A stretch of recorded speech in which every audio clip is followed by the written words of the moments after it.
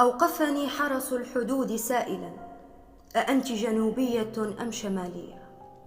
تلعثمت بجوابي من قسوة السؤال، فكيف أشرح له بأني جنوبية وأعشق تراب الشمال؟ فأجبته بأني يمنية ولا يوجد في قاموسي معنى انفصال. سألني عن سبب زيارتي، فأجبته بأن لي في صنعاء روحا تركتها، ولي فيها هواء أتنفسه وألف احتمال.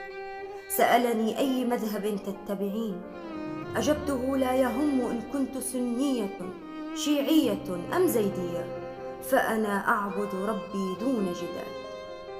فنظر لبطاقتي بغرابة، وكأن صورتي لم تعجبه فيها أو جهة الإصدار. وطال انتظاري، وأنا كم أكره الانتظار.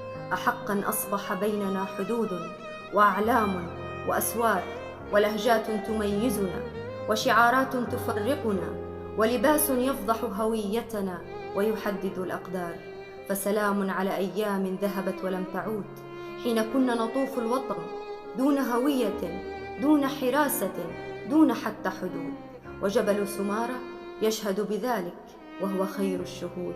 سلام على وطن كان واحدا، لا أقاليمهم وضعوها وقالوا عنها اتفاقا معهود. وحدتي